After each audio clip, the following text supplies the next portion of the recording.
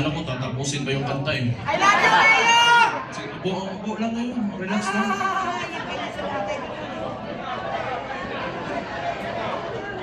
Magandang hapon sa inyong lahat. Former Speaker Bebot Alvarez, Senator Bongo, Senator Padilla, Mike Defensor, Chairman Alcusi, Congressman Leandro Liviste, Attorney Jimmy Bondok, Attorney Vic Rodriguez, Attorney JB Hinlo, Attorney Topacio, Philip Salvador, Idol, and my idol, Harold Respiso. Tony Lambino, General Esperon, good to see you, sir. And yung mga hindi ko nabanggit, sa susunod na pagkikita natin. Baka nagtataka kayo,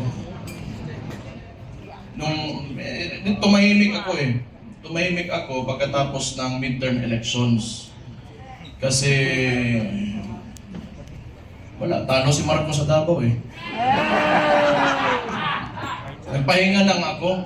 Kailangan ko magpahinga kasi 2 taon kaming binanatan doon sa Davao. Yung ginawa ni Bangag, alam niyo na yung ayuda, yun naman yung paraan nila. That was a form of indirect vote buying prior to the campaign period. Yun talaga yun. Yung ginamit niya, so sinabi ko naman sa mga taga Davao, tanggapin nyo lang. Total, buwis nyo man yan. Yung nagsikap dyan, para may pera yung gobyerno, pera nyo rin yung kinukuha nyo. Hindi yan galing sa kanya. Pero yung mga taga Davao matatalino na, they are intelligent voters.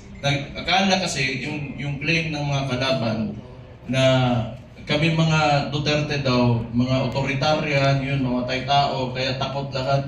2 million, matatakot namin yun. Bukas patay na kami. Kung takutin namin 2 million na yan. It is a very highly democratic city, actually. Pagka pumunta kayo, that is why, awa ng Diyos, pasalamat ako, sa Davao ako naging mayor kasi ang mga tao dyan, alam nila anong gagawin nila at mahal nila yung lugar nila. Kaya pinahihirapan kami, kailangan politika, tapos Marcos lang. Alam naman natin sa tatay pa lang yan. Kawagda!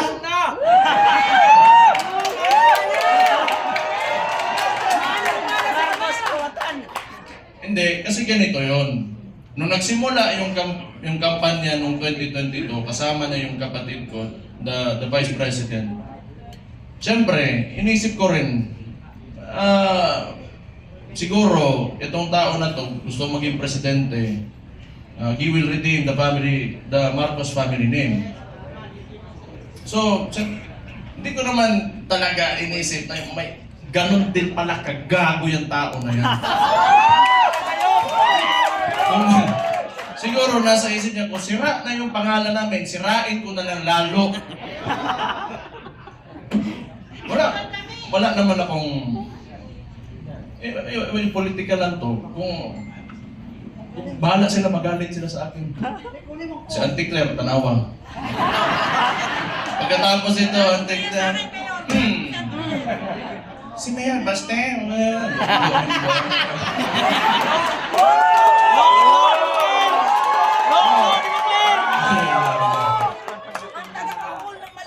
nagpahinga lang ako. Kasi before the midterm elections, kami doon sa Davao, lagi kami nagmo-mobilize. Kasi nung sinimulan nila yung People's Initiative, papipirmahan nila yung mga papel. Siguro, I do not know. Pero definitely, sa ugali ng mga nangyan, wag na natin yung buong administrasyon niya. Kasi siya naman yung nasa taas ng chain of command, yung presidente. Definitely, ang suspicion namin, it was for term extension. At that early, 1 year or 2 years pa lang, hindi pa nagdadalawang taon yung termino niya, may pa-people's initiative. Parang plebiscite yan noon na nag-gather lang ng mga tao, pinataas yung kamay, o sige, maging diktador na tayo, maging authoritarian regime tayo for 27 years. So that was the attempt of this guy, bangag nga na dias Malacanang karon. Kita niyo yung nasa UN siya? Yung sipon? May chat GPT na ngayon. Hindi ko naman sinasabi kasi makukulong ako, tapos kakasuhan ako. Pero tingnan na lang, what are the causes of cocaine? Tingnan chat GPT. How it will affect your nasal cavity.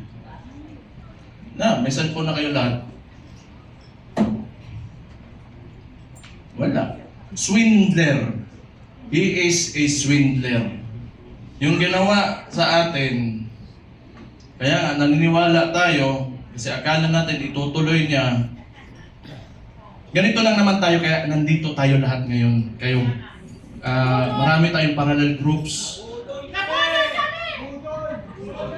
Nilapitan ako ni Sir Mike Defensor, pati ni Speaker Bebot.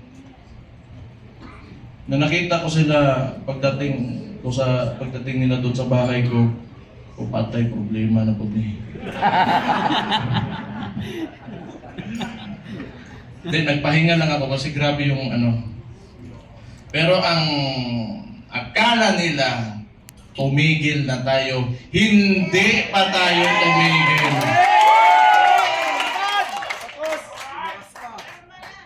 Anong gusto nila? Lalabasin lahat ng ginawa nila. Tingnan mo katangahan nito ni Bangag. Siya nagbukas ng usapin ng flood control na may mga ghost project. Kaya ako tumahimik talaga. Kasi hinayaan ko na mag-self-destruct yung gago na yan. Kasi alam kong sasabog sa mukha niya yan. Because unang-una sa lahat, pag ikaw eksekutibo, you cannot point at someone else for the mistakes of your administration. Responsibilidad mo yan, ibig sabihin, either di ka nag-iisip o kulang ka sa pag-iisip o hindi mo talaga gusto yung trabaho mo.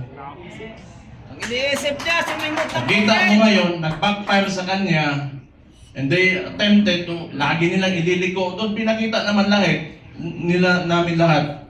Sa Davao, walang ghost project, may resibo kami lahat doon.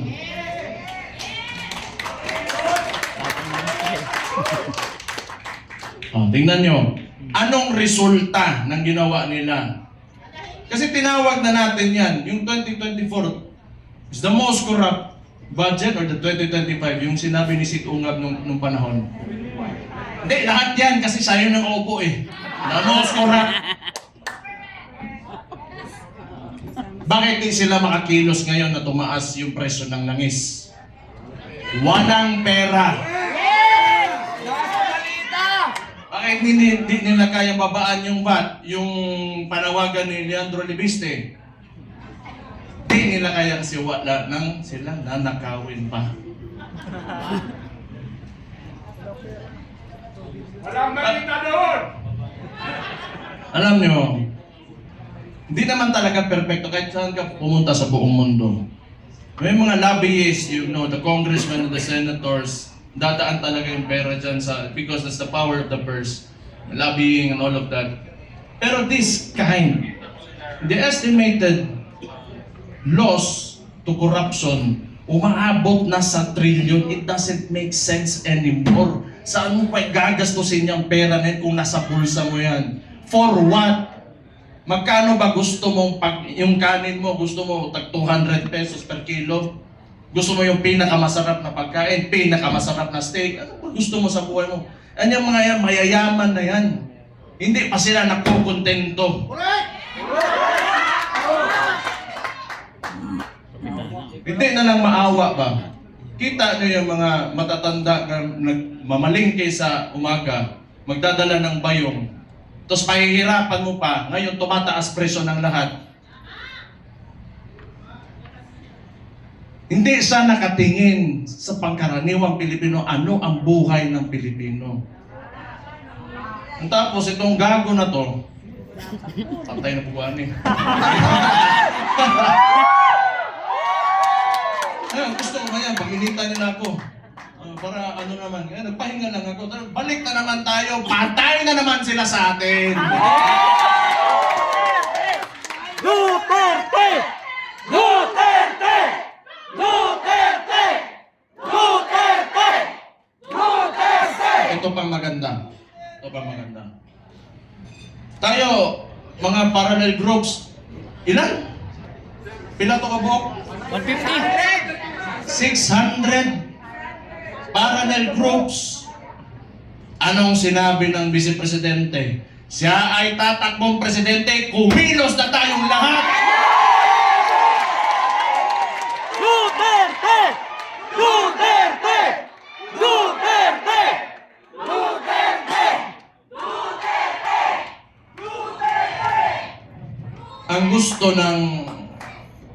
Ito ano ko lang, tingin ko lang naman ito kasi hindi ko rin naman talaga mahulaan kung ano nasa isip ng kapatid ko.